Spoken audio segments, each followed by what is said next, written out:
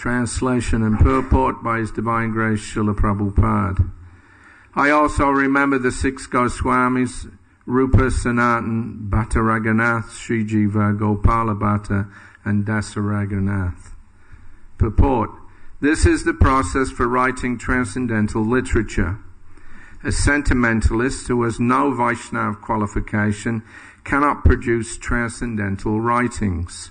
There are many fools who consider Krishna lila to be a subject of art and write or paint pictures about the pastimes of Lord Krishna with the gopis, sometimes depicting them in a manner practically obscene.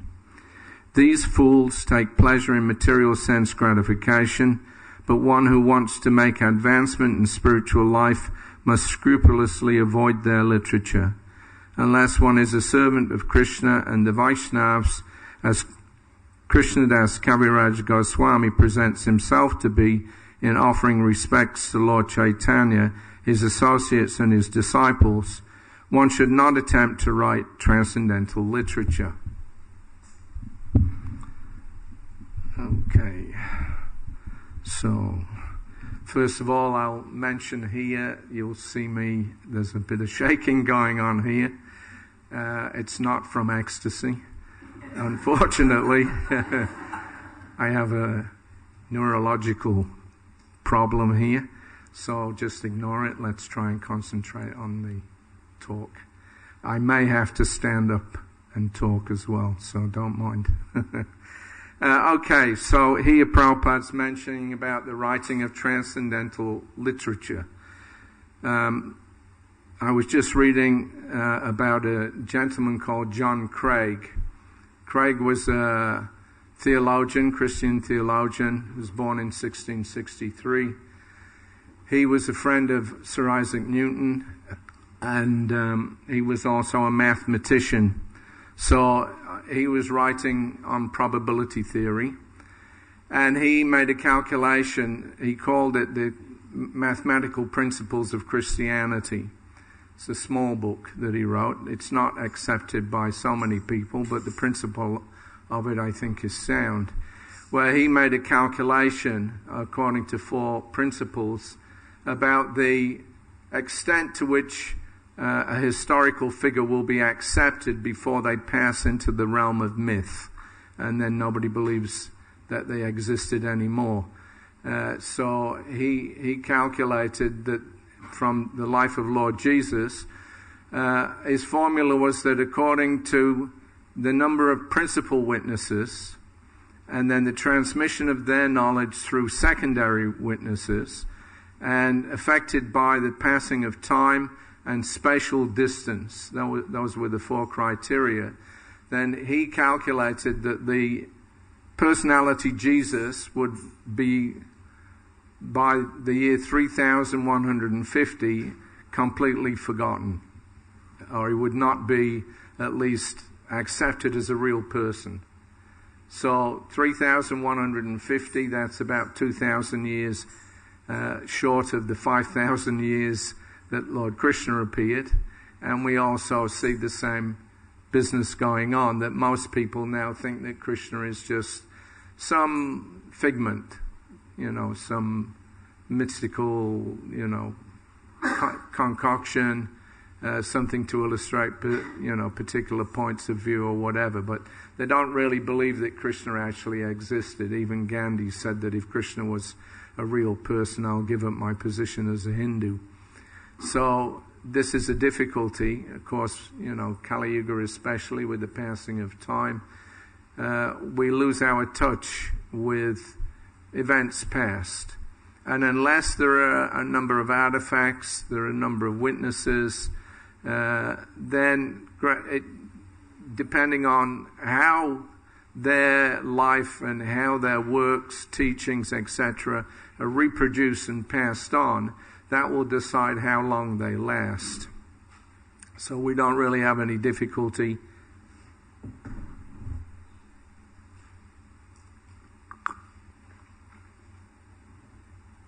accepting that Lord Chaitanya existed, because it's only 500 years ago.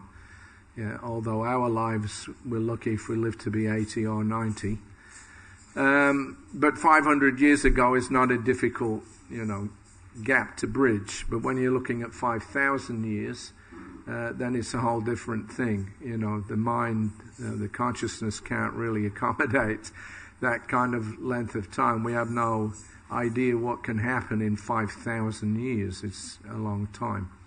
So the point is that when a great personality does appear, then it's the duty of his followers to reproduce as exactly as possible his life and teachings, and then pass that on to as many people as possible. And in that way remains a reality in human society, at least for some thousands of years, if that can be done. So Srila Prabhupada was very keen on writing, we all know. That was Prabhupada's personal ecstasies, as he said. And it was what he regarded as being his personal service. Creation of ISKCON, of course, was, another personal service. He was inspired and instructed by Krishna how to do that. But Prabhupada's own personal service, if you like, the particular thing that he kept to himself was his translating and commentating on the Bhagavatam and the Chaitanya Charitamrita. And by faithfully following the previous acharyas, then there's, a good chance that the original works and teachings can be preserved properly and will continue to be effective. So that's parampara system. Evam parampara praptami mamrajasho vidu sakaleni he mahata yoganashta parantapa. Kala, by the passing of time, Krishna says, then yoganashta, that link with Krishna is lost, and then it has to be re-established. So at least at the moment, we're very fortunate, as Maharaj was saying yesterday, that we've come only 500 years after the appearance of Chaitanya Mahaprabhu. We have a good opportunity to take full advantage. All the teachings are there, and especially beginning from the 6 Goswamis.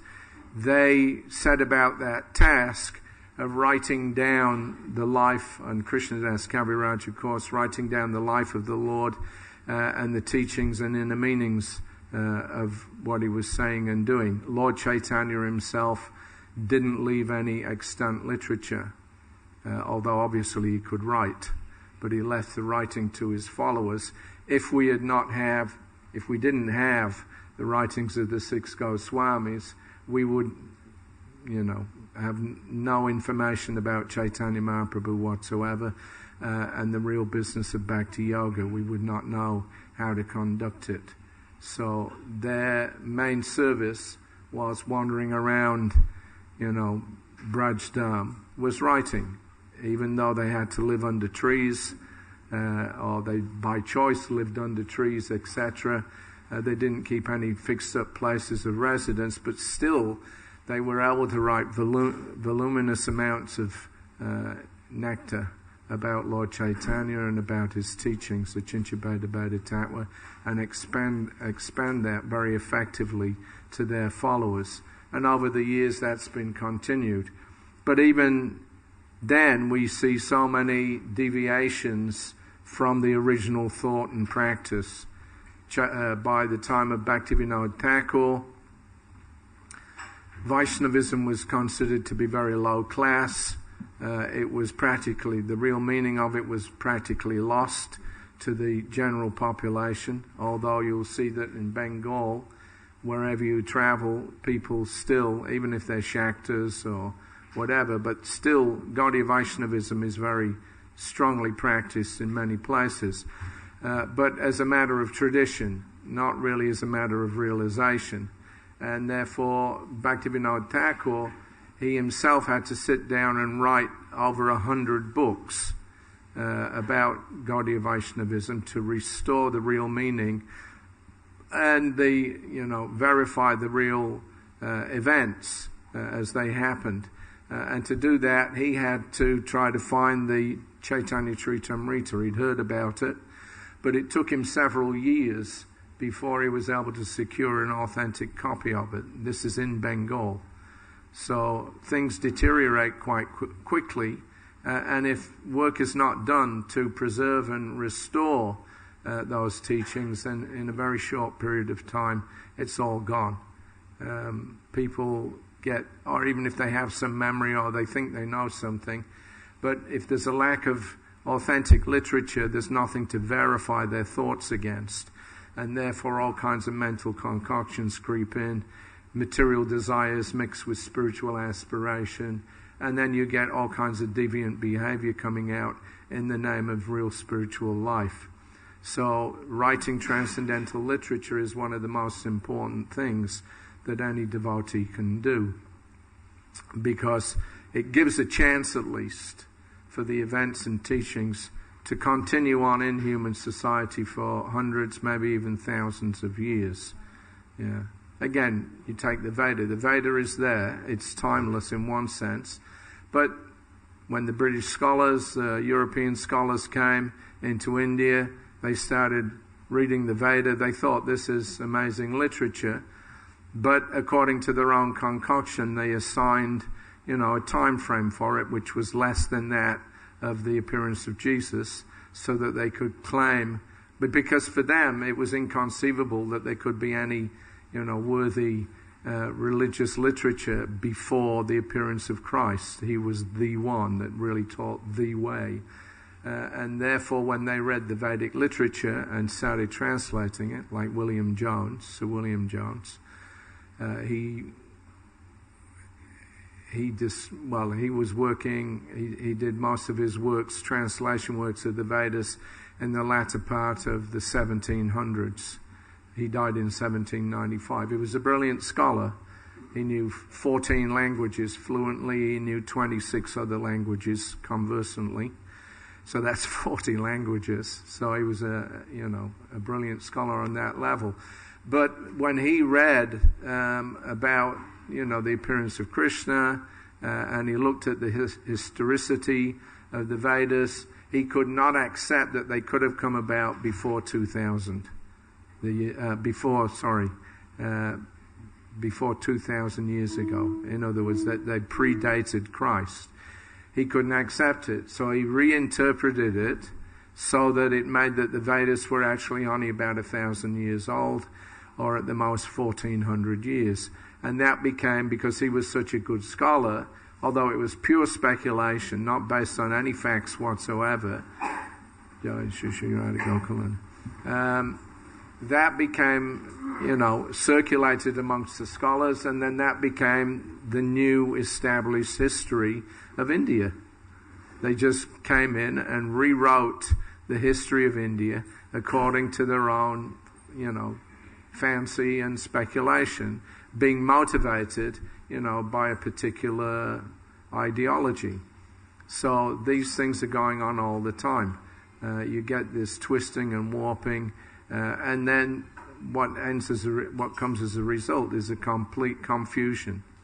Yeah, people then they start to look at, later scholars come, they start to look at Vedic literature, but they use as a marker William Jones or Charles Wilkins. He was the first one who translated the Bhagavad Gita into English and put it into print in 1785.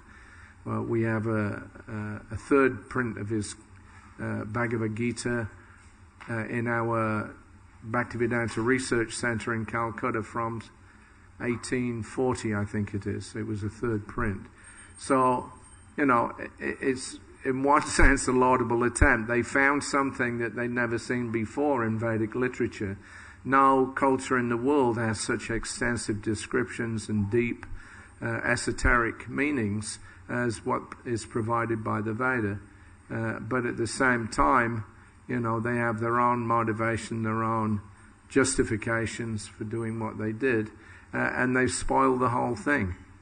One of Srila Prabhupada's main, complaints, which regularly he preached on, was the distortion of Bhagavad Gita. We went to a Gita Pratishthan, a Gita Foundation meeting at the end of 1976 in Wardha, in India. And Prabhupada's main point there, he did this He wrote up a script, if you like, ready for a meeting with this gentleman called Vinoba Bhave, who was the kind of inspiration behind this meeting. There was, I think, about 23 different points that Prabhupada, it was like a questions and answers thing. Prabhupada would pose a question, and then he would answer the question himself with a verse and purport, his purport, from Bhagavad Gita as it is. So he prepared this whole sheet, and he went to this meeting, and they had one day's meetings, like workshops. Then the next day, they called Srila Prabhupada to come and attend the meeting. They presented to him what they thought was a good plan for popularizing or repopularizing Bhagavad Gita in Indian society.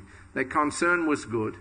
They thought that things were becoming too materialistic, people were being diverted from their original culture, and they should do something to, revive it or sustain it, carry it forward.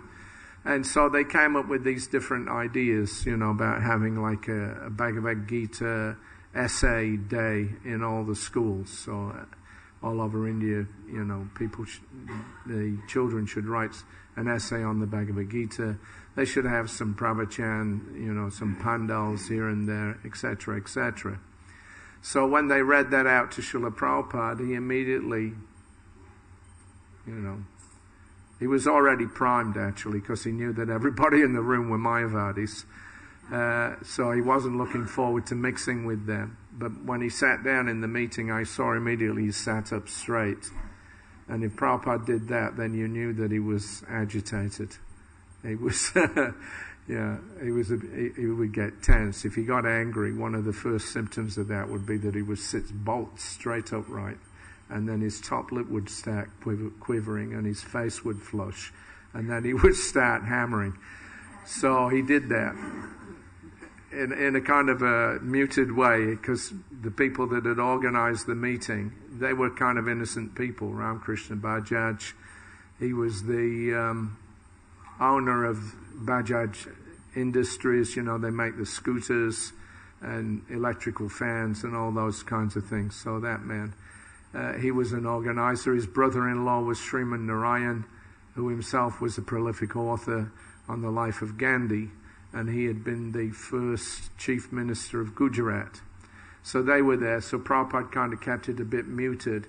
But he just got into them and explained to them, he told them, he said, you cannot spread the Bhagavad Gita if you don't know what the Bhagavad Gita is. Unless you accept the Bhagavad Gita in the way that Arjuna accepted it, then all your talk will be useless. So he kept going on, that you cannot reinterpret or misinterpret Bhagavad Gita. So when he said that, then one man who was, immediately some of them became a bit agitated, because Prabhupada was telling them that you don't know what you're talking about.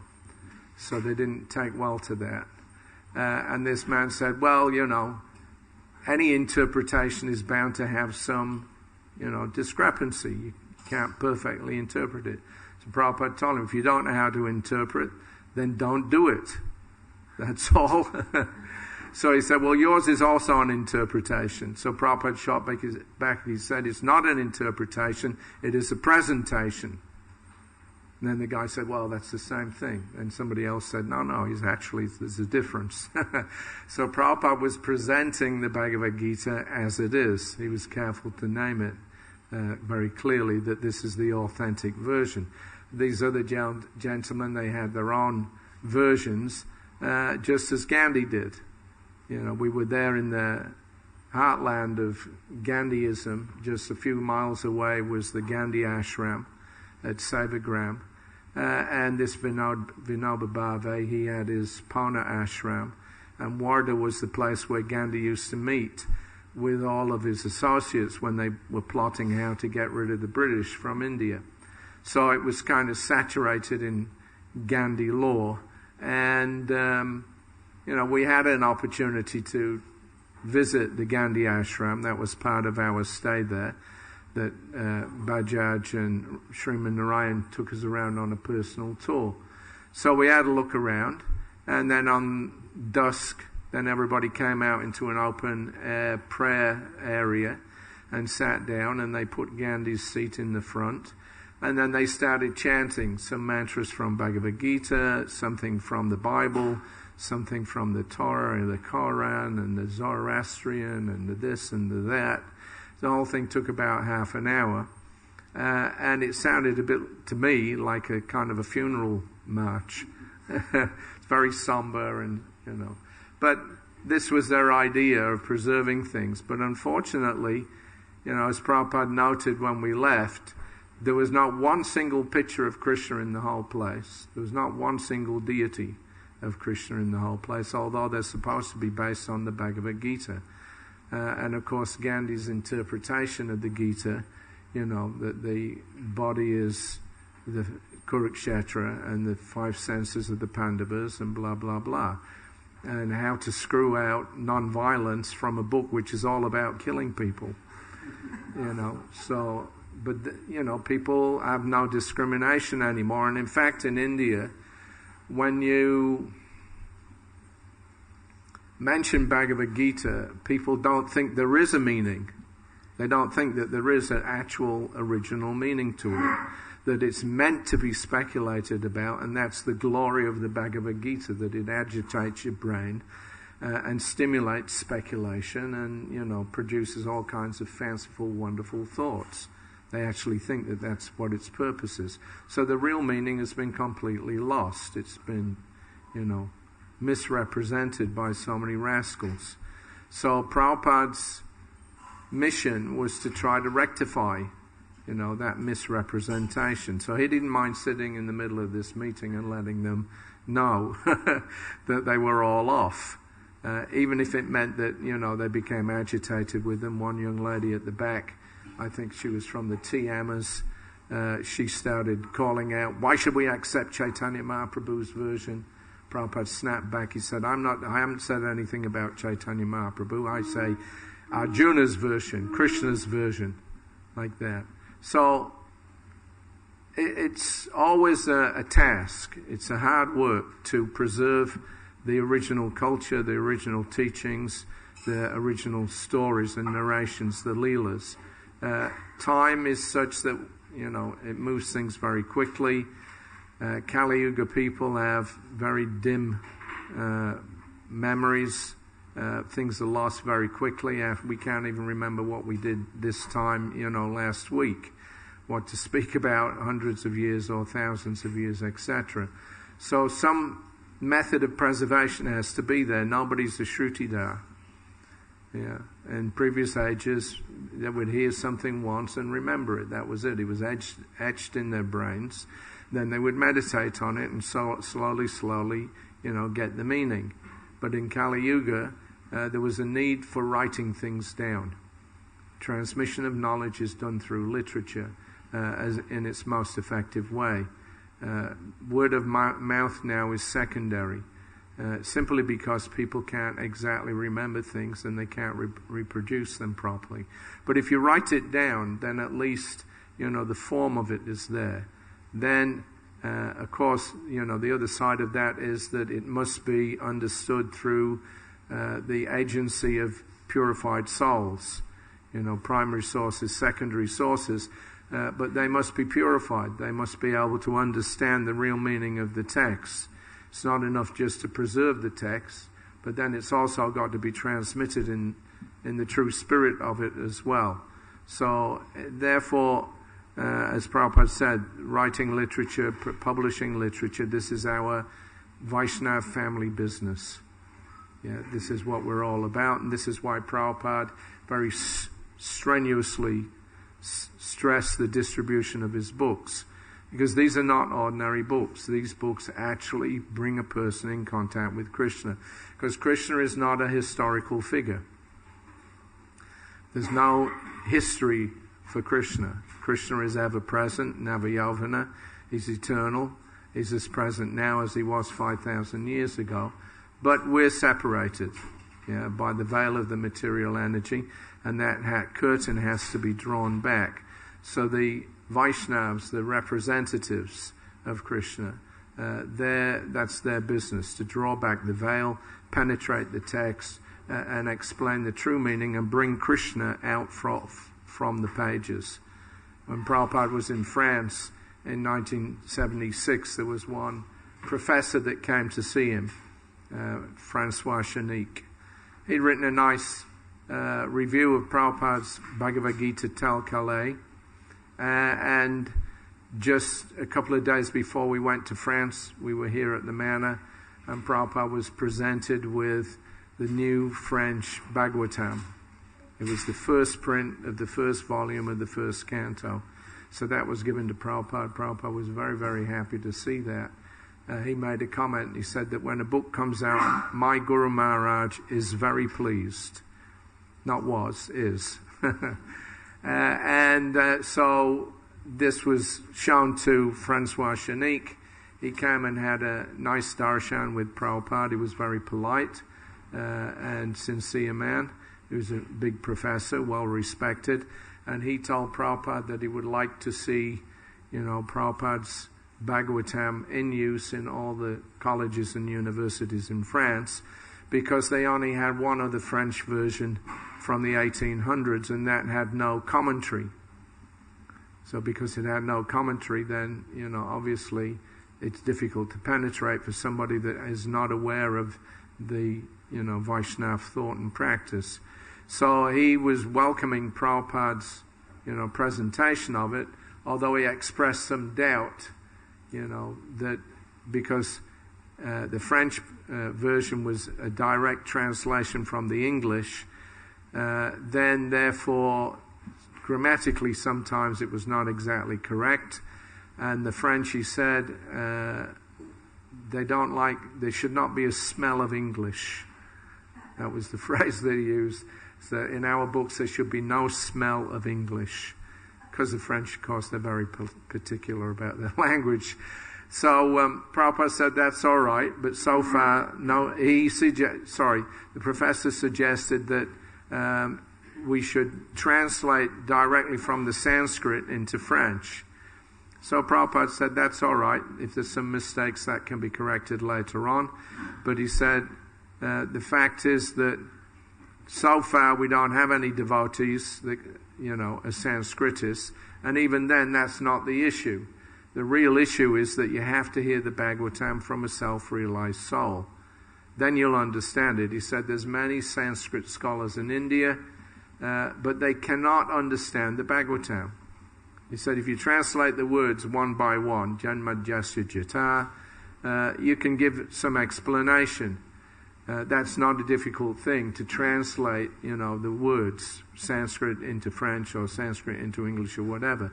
But to understand and penetrate the meaning, that can only be done by a devotee.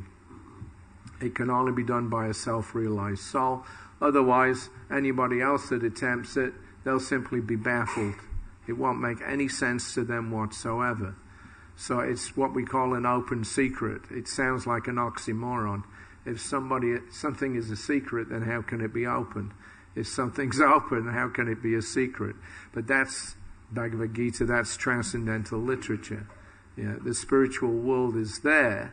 It's always there, but we don't see it. Yeah, we only see this material world. We get clouded by the modes of material nature. And although the spiritual world is there, consciousness is there, the soul is there, we don't see any of these things. We're bewildered by such ideas. People become atheists because they have no realization, even though they themselves are transcendental living beings, but they deny the reality of transcendental life because their consciousness is shrouded. It's covered over by the modes of material nature. So the work of the acharyas is to remove that covering, to open up the curtain, and to give us a glimpse of who we truly are, who Krishna is, what the spiritual world is, and what reality is. This is the whole purpose. It's para upakara, it's to do good for others. So Prabhupada made that point very strongly many, many times, that misinterpretations, deviations, misrepresentations, this is actually damaging human society very badly.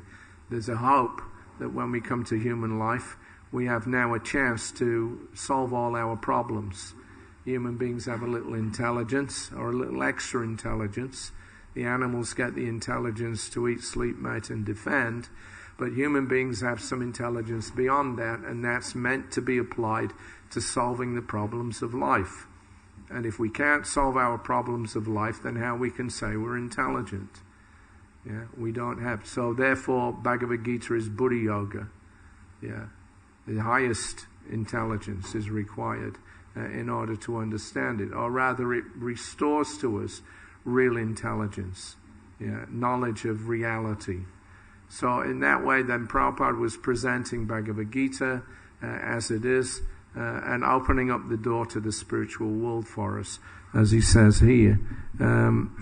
Fools take pleasure in material sense gratification, so they take, transcendental literature as just another tool for enjoyment, that's all.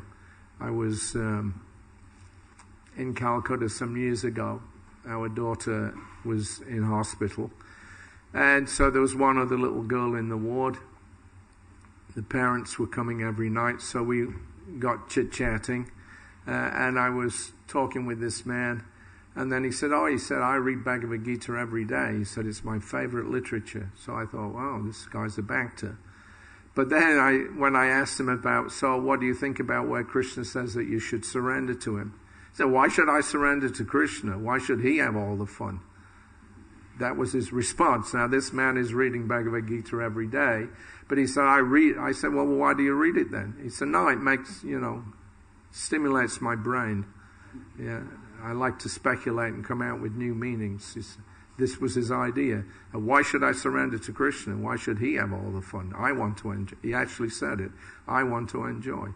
So he's reading Bhagavad Gita, but he's not getting anywhere with it. He has no idea.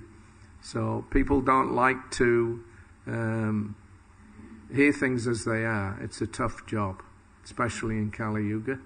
Everybody's so motivated, so foolish, less intelligent. And the end result is that, the life in the material world continues on, birth after birth. And their intelligence is lost.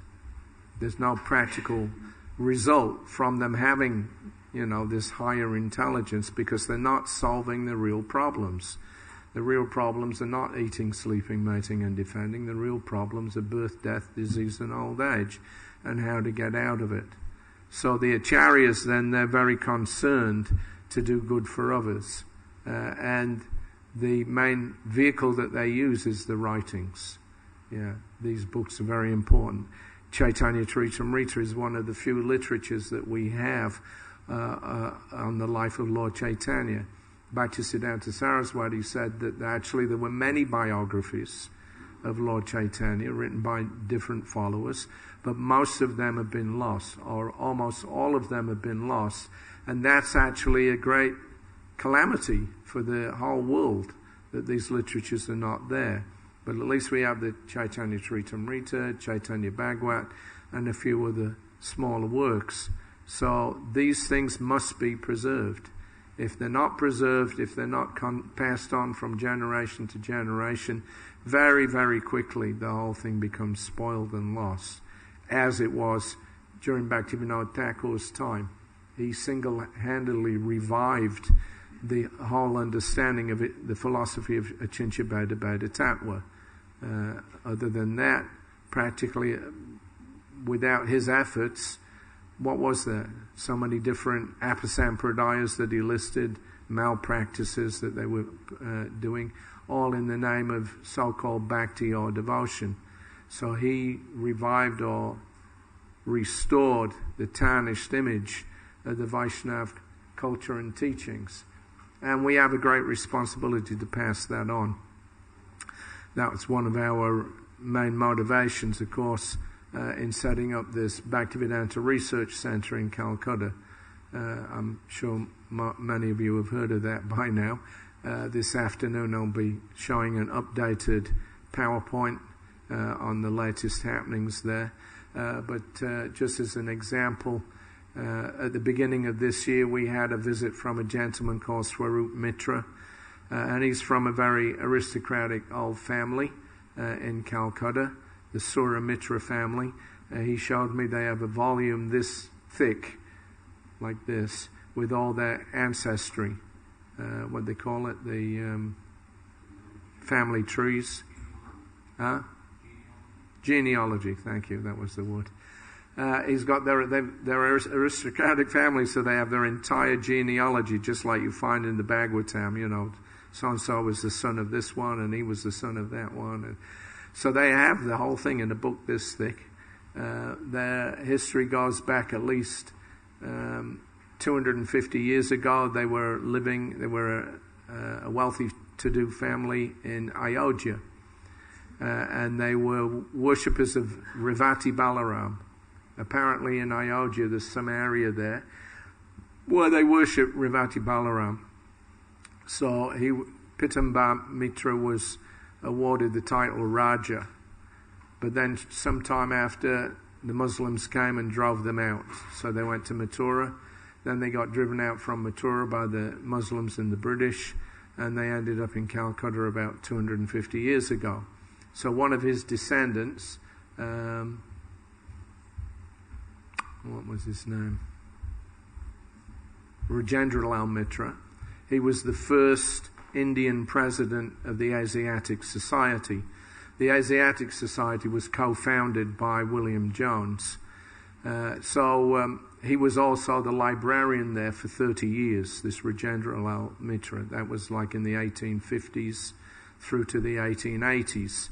So that family, they know the value of the literature. Yeah, they had many, many Vaishnav manuscripts. They've got their own library. But this man that came to see us, he's a descendant, Swarup Mitra. He invited us, after he saw what we were doing in the library, he invited us to come to their house. They had one of these big old 200-year-old colonial houses for joint family.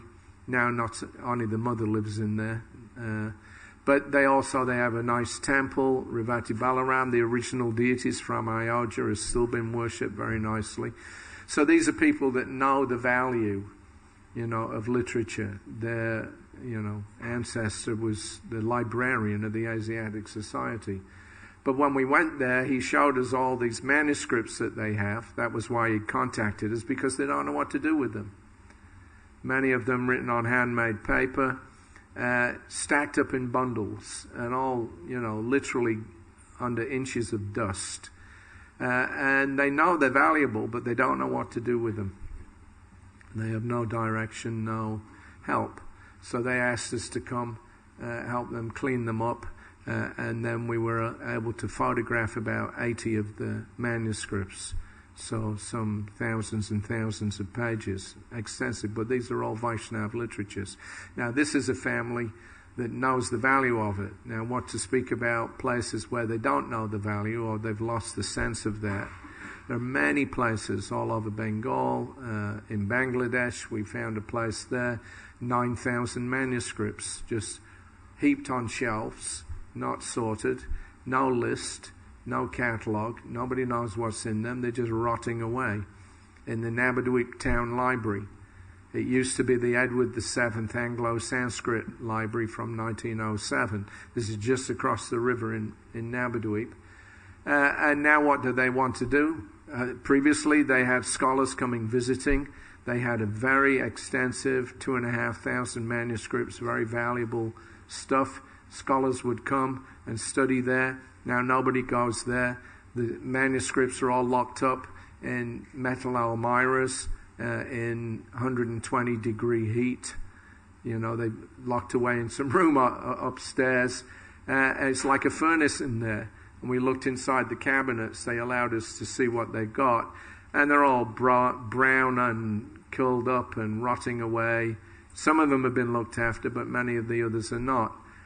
So this is a public library. Now they call themselves the Nabadwip Public Library because they want all the school kids to come and play on the computers that they've got. So nobody has any interest in the manuscripts anymore. And they don't even know what they've got.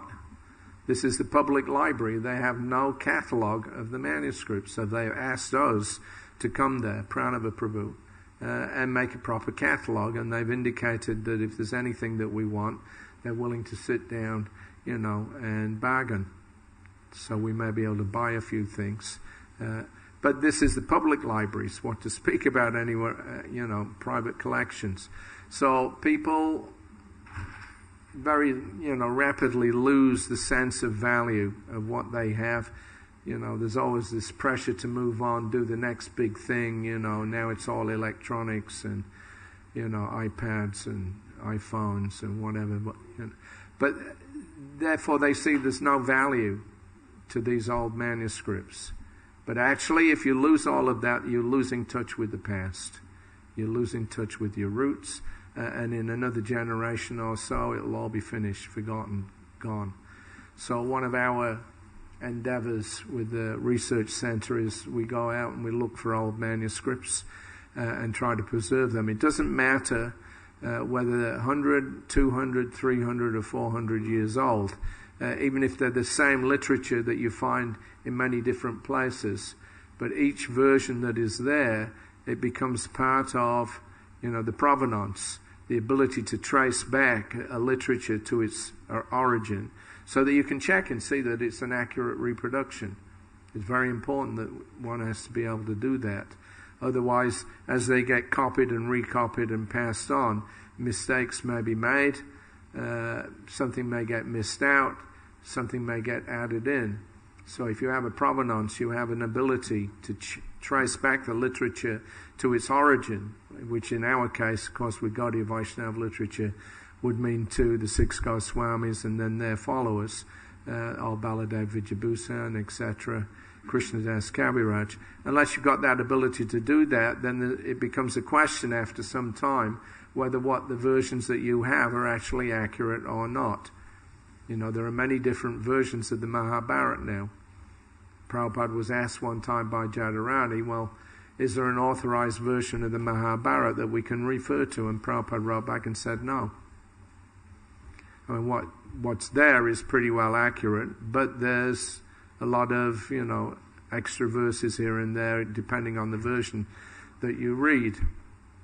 So it's very, very, it's a big responsibility.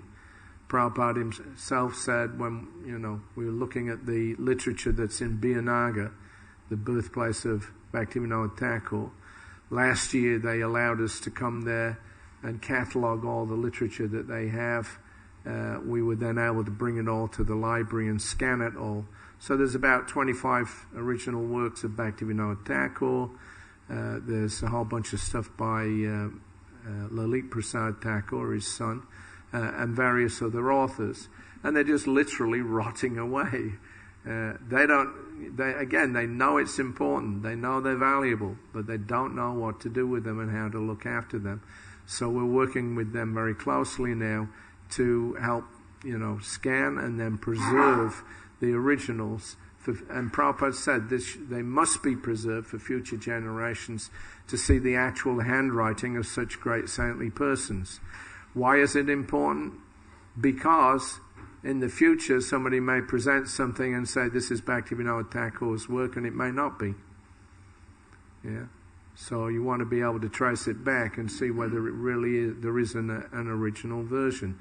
And the less artifacts that there are coming from, a historical personality, the more likelihood that that person will be eventually forgotten. Then it just becomes stories. And stories, I've had personal experience sometimes with devotees coming in to talk to Srila Prabhupada about a particular topic, and because they have some, particular personal interest in, understanding an event or a point of philosophy in a particular way, even though when they sat down and talked with Prabhupada and discussed it, and Prabhupada did not support their idea but corrected them, when they came out of the room they still had the same idea. And they actually, at least in one case I know, they actually thought that Prabhupada had just confirmed what they were thinking when I was in the room and I was listening to the whole thing, and I saw that Prabhupada said just the opposite. but that filtration in the brain there, the way that you perceive things, the way that you hear things. So even direct perception, first-class, first-hand contact is not necessarily always reliable. So you have to write things down and get them clear, and then you pass them on. And the more secondary sources, and the more effective the transmission is through the secondary sources from the original sources, then the more chance there is that it will last and continue on, guiding human society. So, these are a few points here that there is a process of writing transcendental literature. You have to be the servant of the previous acharyas. You have to be empowered by them, because that's another feature of writing, is that one should actually be pure, and therefore you can get inspiration from Krishna himself as well. Just like Srila Prabhupada, when he was living in the Radha Damodar Mandir in this first half of the 60s. We know that several times he actually was visited by his spiritual master and instructed how to write the Bhagavatam. And also he was visited by Rupa, Sanatan and Jiva Goswamis. They appeared to him and personally instructed him how to write his purports and how to prepare for going to the West for his future preaching mission. So that inner, inspiration, purity, clarity has to also be there. But even if one is not so pure, but if he faithfully copies what's been passed on, if he accurately represents it, then it will still continue on and continue to be effective. So that's our job, really, is that we're just the servants. We're not writing in order to get name and fame for ourselves. We're just writing in order to represent accurately what has been, or what has come originally from the appearance of the Lord himself. I was just reading this morning an interesting comment. In the 70s, there was this phenomena of deprogramming. Groups of people that were against the devotees, or against any religious group really, and capturing, devotees and trying to, as they say, deprogram them, because the idea was that we were all brainwashed, and so we had to be deprogrammed and brought back to being normal, meat-eating, fornicating intoxicators. That was their idea. So one of their arguments to try and convince, a devotee to give up their affiliation with ISKCON was that there's so many books by this one man in such a short period of time, it's impossible. Right? It could not be true. Therefore, you're being tricked. This is not his work. It must be somebody else. This is all a conspiracy. But it's not possible for one man to have written so much in such a short period of time. So what we see is a huge plus. Prabhupada writing 80 volumes of books on the most, difficult, deep penetration of ideas and thought. But he did it because he was empowered to do it, because he was a humble servant. He was able to do it because he was empowered that way. So if one is a servant of the acharyas, then you can write. That's the point that's being made here. Krishnadas Kaviraj, he decries his own ability, but he says that whatever I can do is by the mercy of Rupa, Sanatan, Bhatta Raghunath, Sri Jiva, Gopala Bhatta Dasa Raghunath. Therefore, each chapter opens up with the glorification of the devotees. Because without the mercy of the devotees, without being empowered by them, nobody can actually write or transmit transcendental knowledge. So anyway, this is our ISKCON movement, just like Prabhupada, he did his translation and commentary on the Chaitanya Charitamrita, the entire 17 volumes, he did it in 18 months. It's inconceivable. We were in Toronto, one professor came, a group of professors, But, the Chaitanya Charitamrita had just come out the year before. The library party was traveling all over America and convincing all the professors to order them for their university libraries. So they were astonished how this could be done. This man is traveling all over the world constantly. He's got this whole worldwide movement. He is the movement. They all knew that. Everything that we were doing was just simply whatever Prabhupada said and decided upon and was showing the example for. So they knew, Prabhupada, just to do that was an impossibility almost when you're over 70 years old. But then apart from that, the man is writing like anything.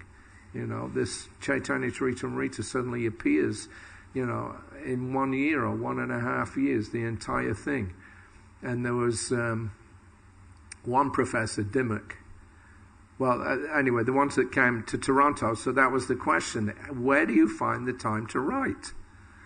And Prabhupada said, well, I go to bed at 10:30, I get up at 12:30, I finish the balance of my rounds, if there's any left, and then I write in the night. He said, little drops of water wear away a stone. And the library party, they actually went to one university where this Professor Dimmock was teaching. Dimmock was considered to be the leading authority on Chaitanya Vaishnavism in America, at least until Prabhupada came on the scene. He would frequently fly to Vrindavan. He would go through the original works of the 6 Goswamis. But as Satsvarup informed Prabhupada, practically everything that the man wrote was blasphemous, because he was interpreting it according to his own, sets of values and perceptions of things, and he could not understand what it was that he was translating. But he knew Sanskrit very well, and Bengali. And apparently, anyway, his magnus opus, his life's work, was to do the first English translation of the Chaitanya Charitamrita. And he'd been working on it for years. Literally years and years. And he got like 1 volume or something. And then the devotees walk in one day and they said, would you like to order our spiritual master's books? Bang. Chaitanya Charitamrita complete. 17 volumes. Word for word, transliteration, translation, commentary, paintings, photographs, the whole thing. They said he practically had a heart attack. Because what he'd struggled to do for many years, and this man was a professor, Prabhupada just, boom, 1.5 years, the whole thing out. And apart from that, the Bhagavatam's coming out, all the individual books are coming out, Krishna and TLC and Nectar of Devotion, Nectar of Instruction. It's phenomenal. Yeah, as Prabhupada himself said, that, an ordinary human being cannot do this. He ascribed it to Krishna himself, that, he's just a mouthpiece and Krishna was speaking through him. But it's possible. Anyway, the point is that transcendental literature is very, very important. We have to preserve it. We have to make sure that we shouldn't take it for granted that just right now, everything's available, that it's always going to be like this. When Chaitanya Mahaprabhu was on the planet, his followers were writing. But of course, they didn't have the reproduction methods that we can take advantage of now. There were no printing presses. It was all handwritten. But it was being copied and passed along. But within, 100 years, 200 years, the real understanding of it was all warped and distorted. So we shouldn't think, that just because right now we're in a situation where everything is okay, that it's always going to be like this. We have to make the endeavor to preserve this literature, as Prabhupada said, forever, so that future generations can see the actual handwriting of these saintly persons. Then they'll believe that they exist. Or at least there's a better chance that they'll believe that they exist if their original handwritings are available. If they're not, then, after a short period of time, well, maybe he said that, maybe he didn't. Yeah, no, I don't believe any such person existed. This is Kali Yuga. People have short memories. Manda samanda mateo manda bhaga bhagya upadrata. Even if people are a little sincere in the midst of all the, crippling deficiencies being in Kali Yuga. Still, Mandabhagya, their fortune is spoiled. Instead of coming in contact with somebody genuine, they meet so many cheaters and charlatans and false gurus and, Mayavadis and rascals, so-called Vedantists. So people, lose the opportunity of their human life. So Prabhupada was very keen then that we write. He, right from the beginning, as soon as he came to New York, 1966, he started getting a little bit of a following. The very first thing that he did was he gave them the Back to Godhead magazine, which had been his main preaching tool in the 1950s. He handed that to his disciples. He said, now you write your realizations, put it into print and distribute this magazine. So it's a family tradition, and we should all be interested in recording, the histories of this movement. It's very important, just as we have all the stories of Lord Chaitanya and his followers.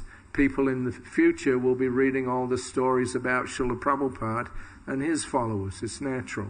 So they have to be very carefully preserved. And writing is the best way to do that. Yeah, and the printed word is, at least more durable. Right now we have the ability to, put things on the web, on the internet. You can spread it all over the world very quickly, but it's very kind of ephemeral. Yeah, all the text in it, you can write so many things. You press a button on your computer by accident, and it all disappears. I've had that experience. I spent so many hours and days writing. I hit the wrong button and deleted the whole lot.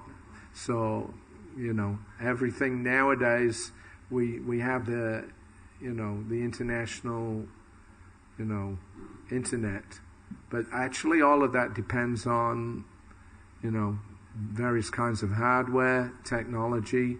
That technology is changing every 5 or 10 years. You have to keep on updating. This is one of the problems that they have in libraries now, is that they've been putting everything, into electronic medium. But every 5 or 10 years, all the software that runs it, that utilizes that data, is changed. So they have to spend millions of dollars every few years to update all the hardware and all the software just to keep, the information out there. And at any moment, the whole thing can collapse. In New York, there's a whole skyscraper building. There's nothing but computer servers in it. That's all there is. It's one of the main hubs for the internet for the whole world. Now, and that building's not that far away from, the World Trade Centers.